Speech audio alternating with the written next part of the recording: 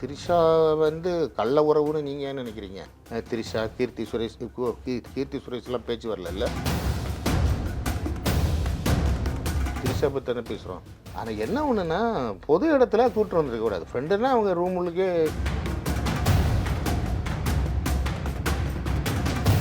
அது சில பெண்கள்லாம் புருஷனாக கூட போவேங்கிற மாதிரிலாம் சில லேடிஸ் பேசுகிறாங்க. அவருடைய படத்தை வரைஞ்சி வச்சிருக்குது ஒரு பொம்பளை நேராக போய் முத்தம் கொடுக்குது. அப்படி பார்த்துக்கிட்டு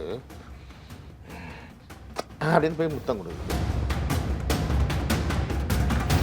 இவர் வந்து யார் சந்தர்ப்பவாதி? இன்னைக்கு எம்ஜிஆருங்கிறாரு, கேப்டனுங்கிறாரு, உதயநிதியை சொல்லாமான்னு யோசிக்கிறாரு. என்னுடைய ரோல் மாடல். ஐயோ அவருக்கு எதிர்த்து நம்ம சொல்லிக்கிட்டு இருக்கிறோம், அதை சொல்லிடக்கூடாது. கலைஞரை வேற சொல்லிட்டு இருக்காரு. ஆளுங்களுக்கு தகுந்த மாதிரி ஒவ்வொருத்தர் சொல்லிக்கிட்டு இருக்காரு. டிவிகே தொண்டர்கள் அடுத்த எம்ஜிஆர் விஜய் தானே சொல்கிறாங்களே அவங்க. ஆமாம், அவங்க தொண்டர்கள் சொல்லி தானே ஆகுவாங்க. எனக்கு எங்கள் புருஷனை விட எனக்கு விஜய் தான் பிடிக்கும். அப்படிப்பட்ட தொண்டர்கள் தானே. புருஷனே வேணாங்கிறாங்க. அறிவு ஜீவிகள்லாம் அங்கே கிடையாது. எல்லாம் முக்கால்வாசி படிப்பறிவு இல்லாதவங்க தான். ஸோ உங்களுடைய கணிப்பு ஜெயிக்காது. இல்லை டிஎம்கே கேட்க வரேன். டிஎம்கே எத்தனை தொகுதி ஜெயிப்பாங்கன்னு நினைக்கிறீங்க? இப்போ 200க்கு மேலே. 200க்கு மேலே தான். 200க்கு மேலே. 234 200க்கு மேலே. 234 200க்கு மேலே இருக்கும். நான் வந்து சுறா படத்தில் தான் முதல் விஜய் சார் கூட நடித்தேன். அப்போல்லாம் வணக்கம் போட்டோம்னா அப்படியே வருவார், டல்லாக வருவார், வணக்கம் அப்படின்ட்டு அவர் போயிடுவார். அவ்வளோதான். இப்போ இந்த சர்க்கார் படத்துலலாம் என்கிட்ட நின்று பேசி என்கிட்ட நிறையா வந்து எப்படி கேரக்டராகவே மாறிடுறீங்க, சூப்பர், ஆசம்லான்ட்டு போனார். அதுக்கப்புறம் நிறைய பேரை பார்த்தா எங்கே பார்த்தாலும் பேசி நிற்கிறாரு. அப்போ அவர் கொஞ்சம் கொஞ்சமாக டெவலப் பண்ணி அரசியலுக்கு வரணும்னு அவர் ஸ்கெட்ச் போட்டு தான் படங்களில் கூட அந்த அரசியலை கொண்டு வந்துக்கிட்டே இருந்தார் கொஞ்சம் காலமாகவே. அதனால் ஜெயிக்க முடியாது. இன்னும் பல வருஷம் போராடி வேணால் பார்க்கலாம். அப்படி போராடினா கூட அவரால் வர முடியாது. கிட்டத்தட்ட அவர் ஆரம்பத்துலேருந்து சொல்கிற விஷயம் எம்ஜிஆர் விஜயகாந்த் இவங்க ரூட்டை ஃபாலோ பண்ணி தான் அவர் வர்றாரா? அவருடைய அரசியல் நீங்கள் இவங்க 2 பேர் அரசியலையும் பார்த்துருப்பீங்க. அது மாதிரி தான் இருக்கா, இல்லை இது வேறு மாதிரி இருக்கா? ஒப்பிட முடியாத. இல்லை சார், இவர் வந்து யார் சந்தர்ப்பவாதி? இன்றைக்கி எம்ஜிஆருங்கிறாரு, அடுத்தது வந்து கேப்டனுங்கிறாரு, உதயநிதியை சொல்லாமான்னு யோசிக்கிறாரு. என்னுடைய ரோல் மாடல். ஐயோ அவருக்கு எதிர்த்து நம்ம சொல்லிக்கிட்டு இருக்கிறோம், அதை சொல்லிடக்கூடாது. கலைஞரை வேறு சொல்லிகிட்டு இருக்காரு அவர். அது எல்லாரையும் ஆளுங்களுக்கு தகுந்த மாதிரி ஒவ்வொருத்தரும் சொல்லிக்கிட்டு இருக்காரு.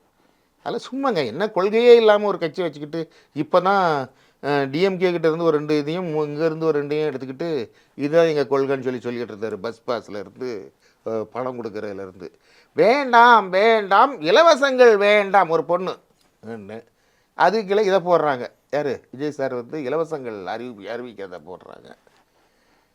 அதில் ஏதோ தமாசா போயிட்டு இருக்குது. இன்னொரு பக்கம் வந்து அவங்களுடைய மனைவி விவாகரத்து கேட்டு அப்ளை பண்ணியிருந்தாங்க. ஒரு 2 வாரமாக அந்த இதுவும் இஷ்யூ போயிட்டுருக்கு. இதுக்கு மத்தியில் அவர் நடிகர் த்ரிஷா கூட ஒரு விழாவில் கலந்துக்கிட்டார். இது மிகப்பெரிய பின்னடைவாக பார்க்கப்பட்டது. நிறைய விஜய் ரசிகர்களே இது இப்படி பண்ணது தப்பு, கட்சியிலேருந்து விலகணும் அப்படின்னு நிறைய பேர் விஜய்க்கு எதிராகவே பேசினதை நம்ம கவனிக்க முடிஞ்சது. இதெல்லாம் ஏன் அவர் பண்ணுறாரு? உங்களுக்கு எப்படி தோணுது பார்க்கும்போது? எனக்கு தெரிஞ்ச வரைக்கும் திரிஷா வந்து கள்ள உறவுன்னு நீங்கள் ஏன் நினைக்கிறீங்க? அவங்க நல்ல ஃப்ரெண்ட்லி, ரொம்ப ஃப்ரெண்ட்லியாக கூட நினச்சிக்காங்க. திரிஷா, கீர்த்தி சுரேஷ்லாம் பேச்சு வரல.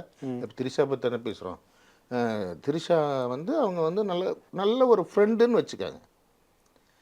ஆனால் என்ன ஒன்றுன்னா, பொது இடத்துல கூட்டு வந்துருக்கக்கூடாது. ஃப்ரெண்டுன்னா அவங்க ரூம் உள்ளுக்கே பேசிக்கணும் கொண்டுக்கணும். ஏன்னா இது வந்து இப்போ அரசியலில் ஒரு பெரிய லெவலில் வந்துக்கிட்டு இருக்கிற டைமு இப்படி கூட்டிகிட்டு வந்தது மிகப்பெரிய தப்பு. அது ஏன் கூட்டிகிட்டு வந்தாங்கன்னு சொல்லிக்கிறாங்க. என்ன சொல்கிறாங்க? மேடம் சங்கீதா மேடம் வந்து கோர்ட்டில் வந்து ஒரு நடிகையோட தொடர்பு நேரம் வரும்போது நானே காட்டுறேன் அப்படி நிறைய ஆதாரங்கள் இருக்குது, இதனால் என்கிட்ட சண்டை போட்டார் அப்படி இப்படின்லாம் சில இதில் சொல்லியிருக்காங்க. நீ என்ன சொல்கிறது? நானே காட்டுறேங்கிற மாதிரி இவர் கூட்டிகிட்டு வந்தார். அது மிகப்பெரிய தப்பு. இவருடைய கேரியருக்கு அதெல்லாம் இப்போதைக்கு தேவையில்லை. எல்லாத்தையும் உதறி தள்ளிட்டு தானே பண்ணுறேன்னாரு. அப்படி தானே சொன்னாரா? ஆமாம். ஏன் உதறி தள்ளலை? திரிஷாவை ஏன் உதறி தள்ளலை?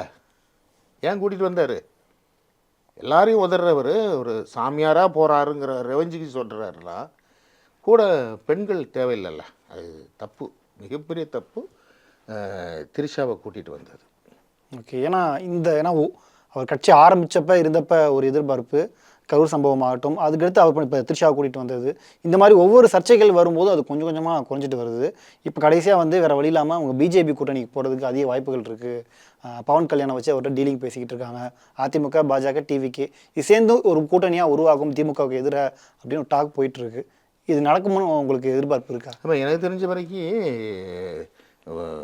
விஜய் சாரை பொறுத்த வரைக்கும் டிஎம்கேவே இல்லாமல் இருக்கணும், அழிச்சிடணும், இதுதான் பார்க்குறாப்புல. அது எந்த கும்பனாலையும் முடியாது. இருந்தாலும் இங்கேருந்து போய் இப்போ தனியாக இருந்து பார்க்குறாரு, எவனும் கூட்டணிக்கும் வரல, ஒன்றும் வரல. செங்கோட்டையன் சார் வந்து யாராவது 4 பேரை இழுத்துட்டு வருவார் பார்த்தா அதுவும் எவனும் வர மாட்டேங்கிறானுங்க. சரி, இப்போ என்ன பண்ணுறதுன்ட்டு இப்போ யோசிக்கும்போது நைஸாக போய் ஜாயின் பண்ணிக்கிட்டோம்னா மொத்த பேரும் இங்கே இருப்போம், இது ஈஸியாக தட்டிடலாம்னு சொல்லிக்கிட்டு வர்றதுக்கு 90% வாய்ப்பு இருக்குது. விஜய் சார் இந்த கும்பலில் வர்றதுக்கு 90% வாய்ப்பு இருக்குது. காரணம்னு கேட்டால் ஜனங்களை காப்பாற்றுறதுக்காக வேண்டி தானே இவர் எலெக்ஷனில் இருக்கிறாரு. இப்போ ஜனநாயகனையே காப்பாற்ற முடியாத ஒரு சூழ்நிலையில் இருக்குல்ல படத்தை, இதை வந்து ரிலீஸ் பண்ணணும். இவருக்கு மேலே உள்ள கோர்ட்டு இந்த சமாச்சாரங்கள், அந்த சிபிஐ கேஸு அதெல்லாம் ரிலீஸ் ஆகணும். எல்லாம் மாட்டிக்கிட்டு இருக்காரு. இப்போ அங்கே போனால் எல்லாமே டக்கு டக்கு டக்கு டக்குன்னு ஓப்பன் ஆகிடும். அதனால் அந்த பக்கம் போகிறதுக்கு 99% வாய்ப்பு இருக்குது. ஆனால் எந்த மேடையில் ஸ்டாலின் அங்கிள்னு சொன்னாரோ அதே மேடை தான் மோடிஜி ஐயா அவங்களுக்கு கேட்குதா அப்படின்னு அவங்களையுமே விமர்சித்தாங்க. அவங்களையும் பாஜகவும் எதிரி தானே சொன்னார். எதிரின்னு சொல்லிட்டு கூட்டணிக்கு போக முடியுமா? இன்னைக்கு ஓபிஎஸ் அவர்கள் கூட எடுத்துக்காங்க, நிறைய டிஎம்கேக்கு ஆப்போசிட்டாக பேசியிருக்கிறாரு. இன்றைக்கி அங்கே போய் இருக்கு இல்லையா, அரசியல் சினிமா இதிலெல்லாம் நிரந்தர எதிரிகள் கிடையாது. சினிமாலையும் கிடையாது, அரசியலையும் கிடையாது. இது சினிமா அரசியலும் சேர்ந்து தானே இது. அதனால் என்ன வேணாலும் திட்டிக்கலாம், அடுத்து ஜாயின் பண்ணிக்கலாம். அந்த மாதிரி நாளைக்கு விஜய் இங்கே கூட வர்றதுக்கு வாய்ப்பு இருக்குது. எங்கே டிஎம்கே பக்கம் கூட வர்றதுக்கு வாய்ப்பு இருக்குது. ஓகே ஓகே, மேபி இது நடந்தால் நடக்கும். ஏன்னா இப்போ தானங்க சொன்னார் டிஎம்கேக்கு ஓட்டு போடுங்கன்னு. இப்போ தானங்க சொன்னார் செல வைக்கிறோம்னு சொல்லி. இப்போ தானங்க சொன்னார் கருணாநிதி, உதயநிதி, இன்பநிதி, அந்த நிதிகளெல்லாம் சரி அருமையாக இருக்குதுங்கிற மாதிரி அந்த பேர்களை வச்சு ஒரு தடவை சொல்லியிருந்தார். அவ்வளோ பாராட்டினவர் குடிசத்தில் மறந்துடுவாரா? இப்போ ஏதோ ஒரு இதில் கோபத்தில் சொல்லிகிட்டு இருக்காரு. அங்கே கூட ஜாயிண்ட் ஆகிறதுக்கு 90% வாய்ப்பு இருக்குது. ஓகே, ஆனால் இப்போ இந்த கூட்டணி பேசிக்கிட்டு இருக்காங்களா 3 டிவிகே, ஏடிஎம்கே, பிஜேபி, இது சேர்ந்துச்சுன்னா டிஎம்கே வீழ்த்திருன்றீங்களா? ஏன் டிஎம்கேவை அசைக்க முடியாதுங்கிறேன். அது வந்து சீன பிரிஞ்சுவரோட பெரிய கோட்டாங்கிறேன். அதெல்லாம் டிஎம்கேவை தொட்டு கூட பார்க்க முடியாது இந்த எலெக்ஷனில். நீங்கள் பாருங்கள், கொஞ்சம் நெஞ்ச திட்டங்களாங்க பண்ணியிருக்காங்க, கொஞ்சம் நெஞ்ச திட்டங்களா பண்ண முடியாது. ஸ்டாலின் சாரோடைய வாழ்க்கை வரலாறு என்ன? சின்ன வயசுலேயே ஒரு கட்சியில் சேர்ந்து மிசாவில் அடிபட்டு படிப்படியாக ஸ்டெப்பு எம்எல்ஏ, துணை முதல்வர் ஆகிறதுக்கு இவ்வளவு காலமாச்சு.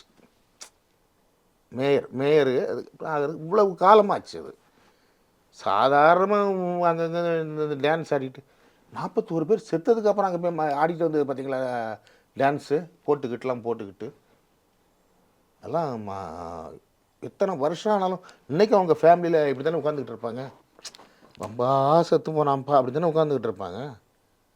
ரொம்ப அநியாயம். அதில் சில பெண்கள்லாம் புருஷனாக கூட போவேங்கிற மாதிரிலாம் சில லேடிஸ் பேச ரொம்ப இதாக சொல்லி இன்னும் அவர் ஒரு அரசியல் தலைவராக பார்க்காம ஒரு ஸ்டாராக தான் பார்த்துட்டு இருக்காங்க. தான் பார்க்குறாங்க. அவர் ஒரு ஸ்டார் இல்லை. ஒரு இதில் அவருடைய படத்தை வரைஞ்சி வச்சுருக்குது. ஒரு பொம்பளை என்ன மாதிரி ஒரு ஊத்தில் ஒரு பொம்பளை நேராக போய் முத்தம் கொடுக்குது. அந்த இதை போயிட்டு அப்படி பார்த்துக்கிட்டு அப்படின்னு போய் முத்தம் கொடுக்குது. அந்த அளவுக்கு ஒரு எல்லாருக்கும் பிடித்தமான ஒரு நபர். ஓகே, ஸோ இந்த எலெக்ஷனில் மேபி தனிச்சு போட்டிட்டா எத்தனை தொகுதியில் ஜெயிப்பாங்க நினைக்கிறாரு? டிவிக்கு ஒன்றில் கூட ஜெயிக்க மாட்டாங்கிறேன். தனிச்சு போட்டி விஜய் கூட ஜெயிக்க மாட்டாங்க. ஜெயிக்காது, அவரும் ஜெயிக்க மாட்டார். அவரே ஜெயிக்க மாட்டாருங்க. எவ்வளோ வேணாலும் பந்தயம் வச்சுக்கலாம். நம்ம நான் ஏற்கனவே ஒரு தடவை பிக் பாஸில் நான் இவன் தான் வின் பண்ணுவான்னு சொன்னேன் அந்த பொண்ணு. அதே மாதிரி இப்போ சொல்கிறேங்க, அவர் விஜய் கூட ஜெயிக்க மாட்டார். பெரம்பூர் தொகுதி தான் அதிகமாக டாக் வந்துட்டு இருக்கு. விஜய் ஜெயிக்க மாட்டார். பெரம்பூர் தொகுதியில் சேகர்பாபு வந்துட்டாருன்னா இவருங்க ஜெயிக்க முடியுமா? ஜெயிக்கலாம் முடியாது. ஒரு தொகுதி கூட ஜெயிக்க முடியாதுன்றீங்க? ஜெயிக்க முடியாதுங்க. இதுங்கெல்லாம் நம்பி யாராவது ஓட்டு போடுவானா? அது இருக்காங்க. நீங்கள் சொன்னீங்க ஸ்கூல் பசங்களுக்கெல்லாம் ஓட்டு கிடையாதுங்க. 18க்கு அப்புறம் தான் ஓட்டு. இது 16, 15, 14 வீடியோ பாருங்கள். ஏதாவது ஒரு வீடியோ டக்குன்னு எடுங்க, அதில் 16 தான் இருக்கும். ஓகே, எல்லாம் அப்போ சின்ன கூட நினச்சிக்க வேண்டாம். இவங்களை விட சீமான் சார் உழைக்காத உழைப்பா? அவருக்கு வேணால் சொல்லுங்கள், ஏதோ வாய்ப்புகள் கொஞ்சோண்டு இருக்குது. ஒரு இது ஜெயிக்காது. நீங்கள் ஜெயிக்கும்னு நினச்சிக்கிட்டு இருக்கீங்க. இல்லை அவர் கூட ஜெயிக்க மாட்டாரா? ஜெயிக்கும், அவர் தாங்க ஜெயிக்கவே மாட்டாருங்கிறேன் மெயினாக. மற்றவனாவது ஏதோ வந்து ஊர் ஏரியா ஏதோ ஒன்று பண்ணி ஜெயிச்சிருவாங்க, அவரும் ஜெயிக்க மாட்டார் அவரெல்லாம். சரி, ஒருவேளை ஜெயிக்கலை அப்படின்னா திரும்ப அவரை சினிமாவில் பார்க்கலாமா நம்ம? ஜெயிக்கலனாலா? ஜெயிக்காட்டி சினிமாவுக்கு வர மாட்டாருன்றீங்களா? சினிமாலாம் இனிமேல் மார்க்கெட் டல், இனிமேல் கூப்பிட மாட்டாங்க யாரும். மார்க்கெட் குறைஞ்சிச்சுன்றீங்க? குறைஞ்சி போய் தான் வந்திருக்காரு இப்போ. சார் யாரோ கேரியர் உச்சத்துலேருந்து வந்திருக்கேன்னு சொல்கிறாரு. அவர் தானே சொல்லிட்டு இருக்காரு. இப்போ ஜனநாயகன் படம் ரிலீஸ் ஆகலை. இப்போ யார் எத்தனை பேர் ஃபீல் பண்ணிட்டு இருக்காங்க? சரி, எலெக்ஷனுக்கு பிறகு படம் ரிலீஸ் ஆச்சுன்னா அப்புறம் ரிலீஸ் ஆகாது. ஏன்னா இன்டர்வலுக்கு மேலே அவ்வளோ கேவலமாக இருக்கான் படம். நீங்கள் பார்த்த மாதிரி சொல்கிறீங்களே. சொன்னவங்க தானே சொல்கிறேன். நான் வேணா வீடியோ வேணா உங்களுக்கு அப்புறமா அனுப்பி விட்றேன். இன்டர்வலுக்கு முன்னாடி அவ்வளவு கேவலமாக இருக்குன்னு இருக்காங்க. நான் நிறைய சேர்த்து வச்சுக்கிறேன் வீடியோ, ஆனால் உங்களுக்கு அப்புறமா அனுப்பி விட்றேன். படம் நல்லா இல்லை அப்படிங்கிறாங்க. எலெக்ஷன் இப்போ வந்து ரிலீஸ் பண்ண மாட்டாங்க. ஏன்னா முக்கால்வாசி எலெக்ஷன் சம்மந்தப்பட்டு இந்த முதல்வர் அது இதுன்னு சம்மந்தப்பட்டு தான் இருக்கும். எல்லாரையும் திட்டி தான் இருக்கும். அதனால் இதை பிஜேபி வரைக்கும் திட்டிருப்பார் அந்த இதில். இல்லை ஒருவேளை இங்கே திட்டது பிஜேபி திட்டுற மாதிரி கூட இருக்கும்.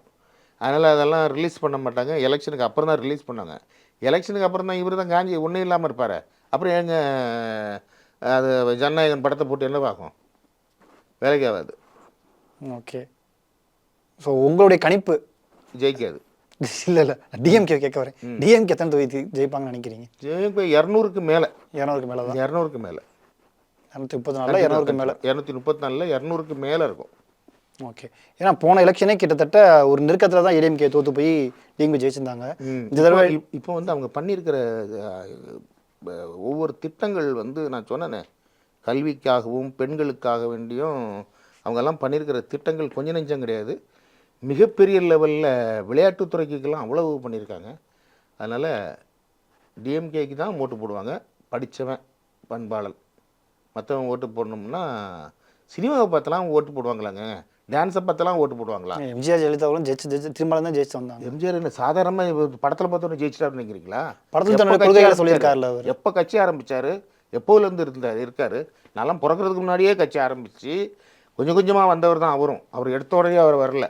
ஃபஸ்ட்டு இந்த ட்ரெஷரர் போட்டு பொருளாளர், கட்சியில் பொருளாளர் அப்படின்னு பதவியில் வந்து தான் அவர் முதல்வர் ஆனார். அதுக்கும் ஒவ்வொரு படங்கள்லேயும் அந்த பாட்டுகளும் அந்த சீன்ஸும் அதெல்லாம் வச்சு வச்சு வச்சு கொஞ்சம் கொஞ்சமாக கொண்டு வந்து வந்தார் இவர்.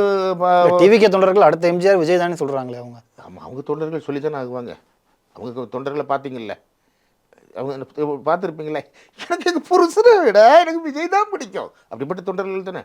புருஷனே வேணாங்கிறாங்க. என் பொண்ணு செத்து என் விஜயை பார்த்துட்டேங்கிறாங்க. குழந்தை இறந்து விஜய் எனக்கு உட்காந்து ஃபோட்டோ எடுத்துட்டேங்கிறாங்க. செத்த குழந்தை வந்து அந்த அந்த இதில் ஃபோட்டோ எடுக்க வரைக்கும் வச்சிருச்சுங்கிறான் அந்த பொம்பளை சொல்லுது. அதனால் அறிவு ஜீவிகள்லாம் அங்கே கிடையாது. எல்லாம் முக்கால்வாசி படிப்பறிவு இல்லாதவங்க தான். இந்த யூத்துங்கெல்லாம் நிறைய பேருன்னு சொல்கிறாங்கல்ல. ஏதாவது ஒரு யூத்து டீசெண்டாக ஒரு யூத்தை காட்டுங்க, நான் வெயிட் பண்ணுறேன். அந்த வீடியோ எடுத்து காட்டுங்க. ஏதாவது ஒரு டீசெண்டாக ஒரு யூத்து ஒருத்தர் பேசுகிறது டிவிக்கேல 30 அந்த மாதிரி யாரும் பார்க்கல. யாரையும் பார்க்கல. பார்த்தீங்களா, நீங்கள் ஒரு பத்திரிகையாளர், நீங்கள் அவங்க கட்சியிலே கிட்டத்தட்ட ஒரு 3 பேர் 4 பேர் தான் நம்ம பார்க்க முடியுது தொடர்ந்து மேடையில். கட்சியில் இல்லை, அந்த உறுப்பினர்களை கூட பாருங்கள். அவன் போதாயிலையும் கஞ்சாவிலையும் அந்த மாதிரி தான் ஆளுங்க இருக்கிறாங்க. இத்தனை தொகுதியும் கூட தெரில, நிற்க வைக்கிறவனை கூட எதுன்னு தெரில. இப்போ வேறு என்ன பண்ணுறாங்களாம், ஒரு தொகுதிக்கு இவ்வளோ அமௌண்ட் 2 கோடி ரூபாய் என்னவோ தலைமைக்கு கட்டணும். அதுக்கப்புறம் ஒன்று செலக்ட் ஆகிடுச்சுல, இவனத்துக்கு ஓரம் வச்சாச்சுல. இப்போ இந்த தொகுதிக்கு யார் நிற்கிறாங்க, ஒரு அதுக்கு வந்து ஒரு 50 பேர் ஒரு கலெக்ஷனில் தான் ஒன்று ஓடிட்டுருக்குறான். இப்போது ஃபுல் கலெக்ஷனாக.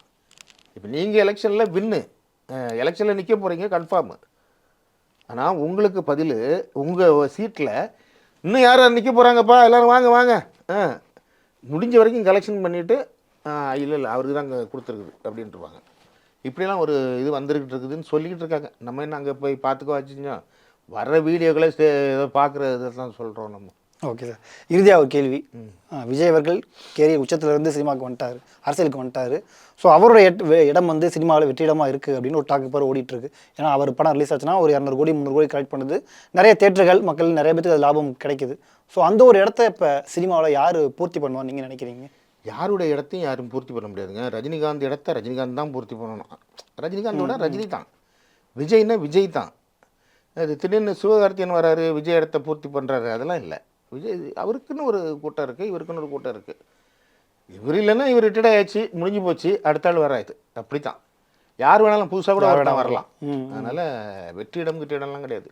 சினிமா வந்து இன்னைக்கு வருவான், நாளைக்கு இன்னொருத்தர் இருப்பான், அடுத்த நாள் இன்னொருத்தர் இருப்பான். என் வடிவேலு சாருக்கு முன்னாடி எத்தனை காமெடியன்கள் இருந்தாங்க, அத்தனை காமெடியும் போயிட்டாங்க. வடிவேலு சார் வந்தார். இப்போ வடிவேலு சாருக்கு அப்புறமா எவனையுமே வர முடியல. வடிவேலு சாருக்கு அப்புறம் யார் வந்தாங்க காமெடி? யாராவது ஒருத்தர் சொல்லுங்கள். இப்போ யோகி பாபு காமெடினா காமெடி இருந்தாலும் ஏதாவது ஒரு காமெடியை காட்டுங்க பார்ப்போம், பண்ணி வச்சுக்கலாம். ஒரே ஒரு காமெடியை காட்டுங்க யோகி பாபு, இல்லை சூரி காமெடி ஒன்று காட்டுங்க. ஏதோ அவங்கெல்லாம் ரோல் நடிச்சுக்கிட்டு இருக்காங்க. வடிவேல் அளவுக்கு பண்ண முடியல. வடிவேல் சாருக்கு அப்புறம் ஒரு காமெடின்னு வரல இது வரைக்கும். இது உங்கள் கருத்து? உங்களுடைய கருத்து தாங்க. ஒரு காமெடியில் காட்டுங்களேன். நிறைய படங்கள் பண்ணியிருக்காங்க. வருத்தப்படாத வாலிபர் சங்கம் பண்ணியிருக்காரு, சூரி பண்ணியிருக்காரு, சிவகார்த்திகேயன் கூட சேர்ந்து. காட்டுங்க. அதில் சிரிக்கிற மாதிரி என்ன இருக்குது பார்ப்போம். வடிவேல் சார் மாதிரி யாரும் பண்ணலை. காமெடியன்கள்லாம் உருவாக்கலையா? சிரிக்க வைக்கிறது இன்றைக்கி மஞ்சூர் அலிகானும் சிரிக்க வைக்கிறாரு. அதுக்காண்டி ஒரு காமெடியன் நினச்சிக்குவீங்களா? காமெடியன் வந்துக்கிட்டு இருந்தாங்க ஒவ்வொரு தரப்பு காமெடியன். வடிவேல் சாருக்கு அப்புறம் இன்னும் யாரும் வரலை. வடிவேல் சாரும் இல்லை. வடிவேல் சாரும் காமெடியன் இல்லை. இப்போ அவருமே லீடு கூட அப்படி பண்ண ஆரம்பிச்சிட்டாரு. வேறு character role, double hero character அந்த மாதிரி வேறு மாதிரி பண்ணிகிட்டு இருக்காரு. ஓகே. இப்போ கூட பிரபுதேவ் சார் படம் ஒன்று போயிட்டுருக்கு. இப்போ தான் நேற்றுக்கும் முந்தா நாளும் அவங்க ஈஸியாக கிட்ட மகாபலிபுரம் பக்கத்தில் ஷூட்டிங் போயிட்டுருக்கு. டச்சில் தான் இருக்கீங்களா வடிவேல் சார் கூட பேசிகிட்டு இருக்கீங்க? ஆமாம் ஆமாம். எப்படி இருக்காரு இப்போ? நல்லா இருக்காரு, நல்லா ஆக்டிவாக இருக்கார். இன்றைக்கி வந்து டிஎம்கே பிரச்சாரம் ஓகே அதுக்கு போயிருக்காரு. இந்த மாதிரி அவரும் ஆக்டிவாக இருக்கார்.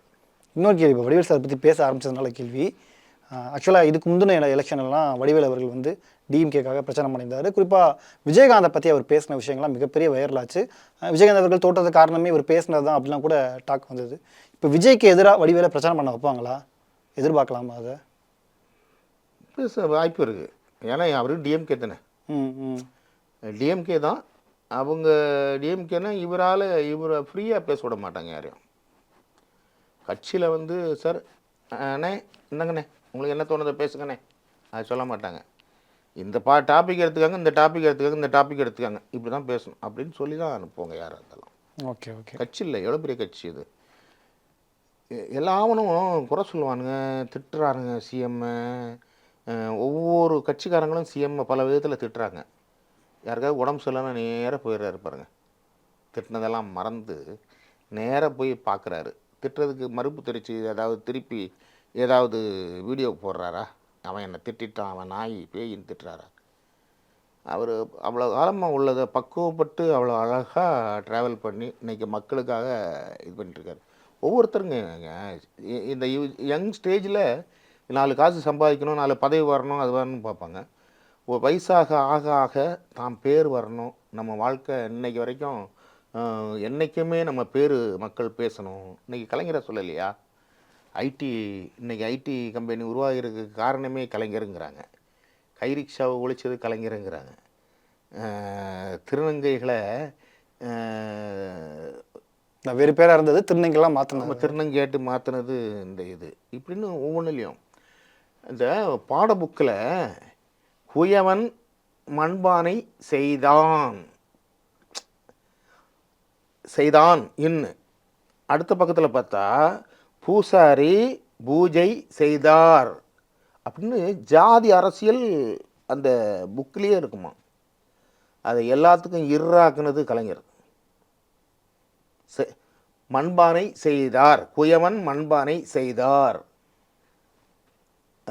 இவர் பூசாரி பூஜை செய்தார். அந்த சமமாக மாற்றுறது எல்லாரையுமே சமமாக கொண்டு வந்த ஒரு கலைஞர். பெண்களுக்கு சொத்துரிமைன்னு கொடுத்தது கலைஞர்.